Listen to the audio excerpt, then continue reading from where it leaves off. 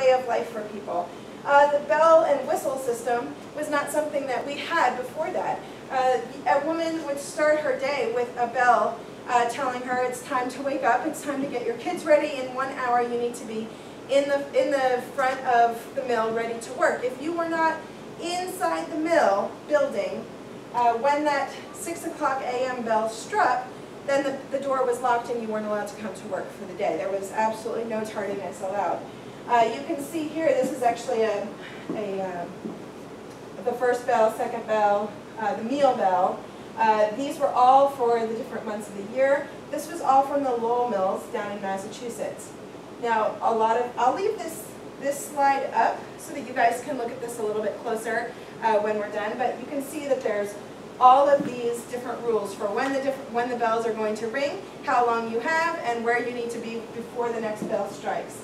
As I said before, most people were working at least 10 hours a day, but usually it was 12. They were working 6 days a week, so you're imagining 72 hours a week. And most people over the age of 16 were only earning about $4.90 for the week. Under that age, children were only earning about 4 cents an hour.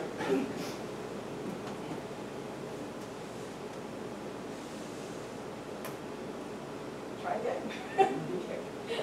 You can see here the urbanization in New Hampshire really increased between 1800 and 1950. This whole period that well, 1850 approximately, the Industrial Revolution started just about 20 years after. So in 1800, only 3% of New Hampshire was populated.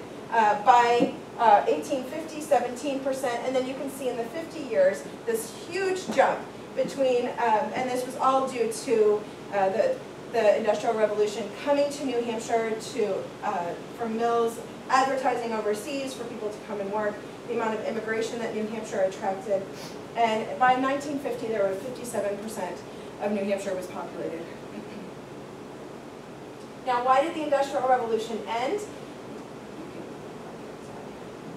So manufacturing moved to less expensive places, specifically when we talked about the textile mills. After the Civil War, the South began trying to start their own factory systems. It took them a while to get it off the ground, but by the early 1900s, the South was a thriving industry for cotton. They also were able to start manufacturing rayon, which was considered this, amazing substitute for silk. And we did not have the technology up here because of the age of our factories and the mills. We didn't have the technology in order to produce that. And so over time, especially our textile industry began dying out just because we weren't able to keep up with modern trends. Yep, there, sorry. And the technology began to be outdated. In the shoemaking industry, factories in the South actually came up with much better ways to produce the shoes where people weren't even needed at all to cut out the leather. They were using other types of material for making shoes. We hadn't even touched that in New Hampshire at all. In regards to the logging industry, although it still happens, we were having a problem in northern New Hampshire with erosion. We had really logged our northern New Hampshire, and we had a lot of problems with erosion and flooding. Several towns actually got completely wiped out, and it was just a time where actually the people pushed for the founding of the White Mountain National Forest. It put that control back into the hands of the government, so it was not overlogged at that point. So these are all industries that have not, really don't thrive in New Hampshire anymore. The only one that we've talked about that still is really thriving, in a sense, is the granite quarrying. That still happens in several places, but Swenson Granite Works is now on Rattlesnake Hill, and it's been in active operation. The State House was built in 1818, and it's still in active operation today. So it's still, I wouldn't say it's thriving, but it certainly is running, and running well. And this last picture, this is actually a mill it's a picture that we have in our collection at the Historical Society, but it was a very early grist mill, pre-Industrial Revolution. Now, did anybody have any questions at all about anything we talked about today?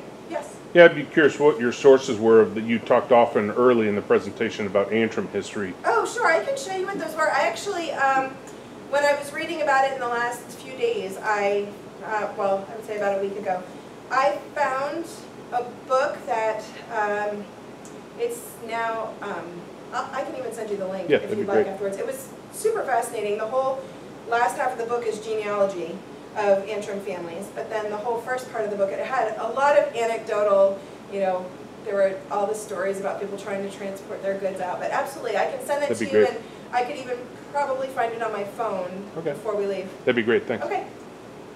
Are there any other? Yes? One of the reasons for the big jump in the second half of the 19th century was the coming of coal and the trains.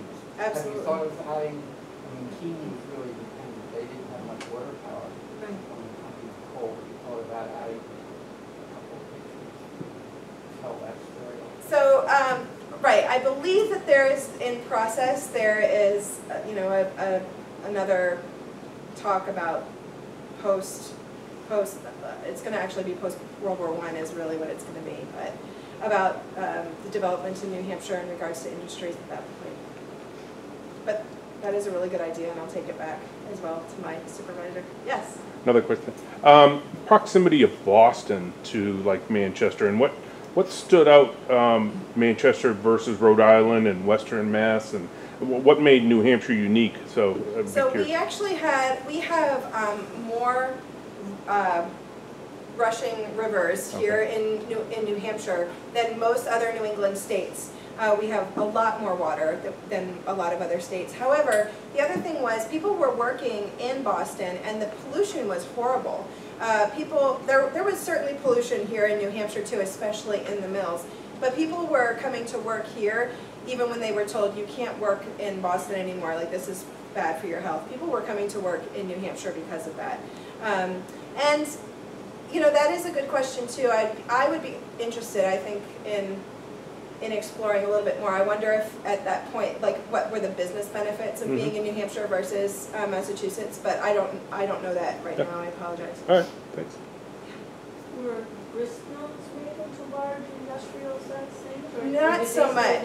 They stayed local because everybody had their, not everybody, but at least within a town there was at least somebody who produced, or several people that produced corn and grain, and so those tended to stay local. Now every town had at least 3 grist mills, which can tell you they weren't super efficient either. If you think about the work that went into the grinding of grains and corn, it was not. That wasn't something that was ever sent out. It was always very locally sourced and locally produced. If you grew up in Newport, obviously you know all the sites in the Sugar River. Is that why you're so interested in this? For sure. So I actually grew up in Leominster, but when I was little, we went to Claremont a lot, and we would sit on the banks of the river, and the mills at that point were actually not in operation. I think they were, when I was growing up, they were looking for a buyer for the mills before they were burnt. They had a huge fire and they were burnt. But the mills along the Sugar River, yeah, I just remember growing up and my dad taking me to see the water wheels, and we just grew up knowing what a grist mill was. My dad loved the grist mill that's on the, is it 123 between Hillsborough or Antrim and Stoddard. There's an old logging mill or grist mill to the left, and my dad loved it so much he actually built our house to look like it. Like, he just loved the slope of everything. So yeah, I did grow up with a father that loved that and really encouraged us to learn and study, and so certainly that's contributed to it. Anything else? I had to teach this subject in Borneo with the British Cambridge syllabus, and wow, you've done such a good job. I could use this PowerPoint. Thank you. I appreciate that. Thank you very much.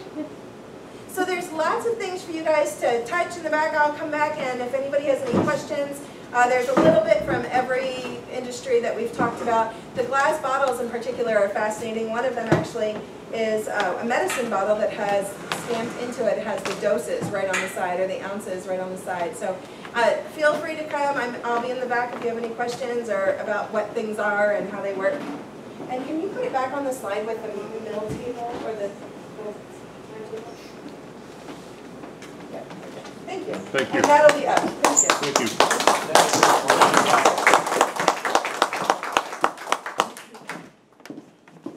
Just a reminder that July 4th, we have a reading of the Declaration of Independence. Not to be missed, but I could tell you, it's not wonderful. Donuts and not